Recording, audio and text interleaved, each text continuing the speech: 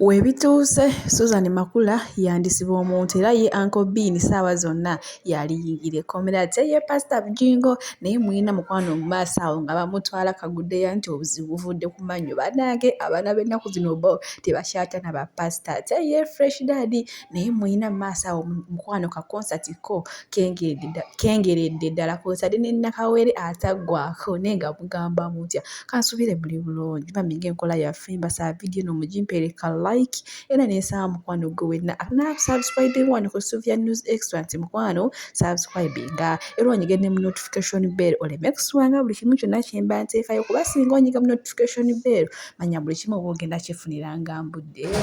Bwentyo nkutandise ne Fresh Daddy ono munnange y'omu ku baddamu oluyimba lwa Born in Africa oluvannyuma lwa Eddy Kenzo okutandikawo olwo oluyimba naye munnange ate yakoze ekyenjawulo otalinga bano abalala abaluddamu Eddy Kenzo ne bane ye munnange asazeewo no oluyimba akole mangu concert era munnange ye concert ye agitadde Lugogo ku Cricket Oval gyegenda okubeera ennaku z'omwezi nga 12 May era munnange zo ssente eziri awo wammanga ordinary VIP ne VIP table wamma nga weebiri awo era munnange abakoowoola mugende muwagire wali Lugogo ku Cricket Oval bannange Fresh Daddy.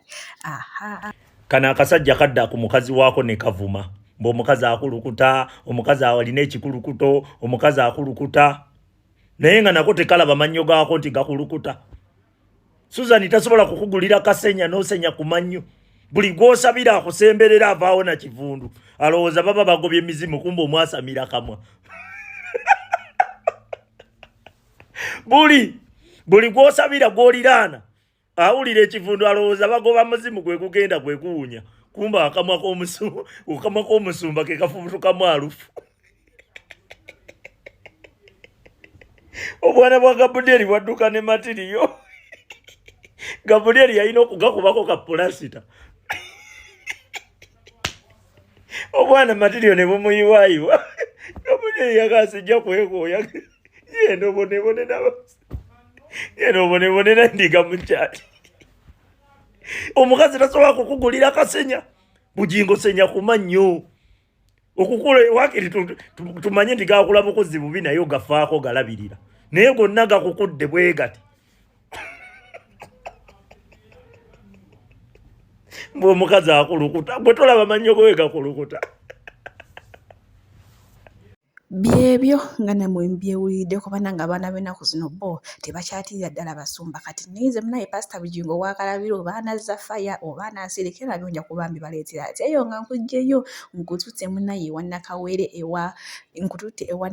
ewa Sasha Ferguson munnange abantu abamu bazaala ne balabika bubi naye munnange ono y'omukyala ye akoze kyamaanyi okwekuumira ku mutindo era ye munaye Kanani Mugume omulimu agukoledde ddala ogw'okulabira Nakawere maaso awo nina obutambi obw'enjawulo munnange Suzan avudde mu mbeera oluvannyuma lw'okujja omuvubuka Uncle Bean n'ayasanguza ebyama by'omu maka byonna munaye Suzan nga waali omulogo nga waali omukimanyi bagamba wonyigiriza ennyindo evaawo nekola ki evaawo ate nejja omusaayi kati munnange ye Suzan agambye ono omuvubuka ayogedde ekimala namuyamba naleero simanyi bantu be nekola omutima omuzadde naye munnange ateeza ekintu kye nakola ekirungi ate ye ansasuddemu kumpeebuula ansasuddemu kunvuma era munaye essaawa zonna Uncle Bean yalitemeza emabega w'emitayimbwa kasooke nkuteeko obuvidiyo obw'enjawulo wa Suzan Makula n'abantu abavuddeyo okulwanirira Suzan Makula ate tulabike nga tweyongerayo mu maaso n'amawulire gaffe amalala. Waliwo omuntu omu nabeera naye like a son, like a brother, tubeera naye tomumanyi neewabwe tomanyi nayo kujjako kuwulira obuwulizi nti ava wano bagenda kugamba ate osomba. I'm sorry. bwe kiri asomba koke mazima kati nga neewaabwe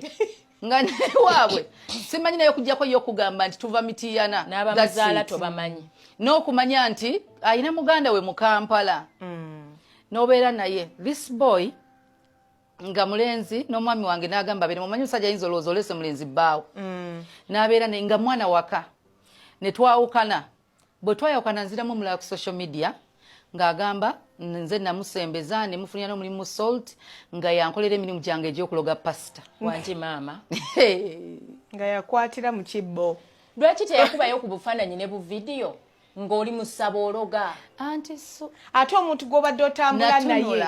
Ne ngamba Mukama. Omuntu oyo si ono pastor gwe yazaala n'amutuma n'amanya n'amuzaala n'amuwa buli kintu. Nagamba bugambi Mukama. Naye ng'omuntu oyo agambwa nako banna. Nagamba bugambi Mukama, bless him.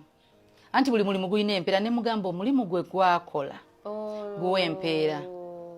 Yannuma nnyo kubanga yabanga wa munju nga buli omu akikkiriza nga muntu wange. Waliwo webeera n'omuntu nga ffenna twegomba okubeera waali. Mwami wange n'angamba beera surprised ng'omuntu akoze obulungi. Kituufu. Bw'akola obubi kibeera ng'okiteeka mu kisuubire. Ne mugamba sisobola. Because buli gwobeera naye oba omusuubira okutreatinga nga bw'omutreatinze. Ate okyogedde bulungi oba omusuubira. We set our own expectations, not realizing that people are different. Okusinziira ku nze kye mba nkukoledde emirundi egisinga tuba kale oba tomusuubira kukuwa nnyo bingi kuba tali bizzaawo by'omuwadde naye at least obutakusasula bubi. Si kyetugamba nti oba tomusuubira kusasula bubi.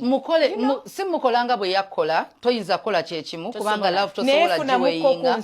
Funamuko ku nsonyi nti at least Pavini ne bw'aba nkoze bubi okutuuka wano.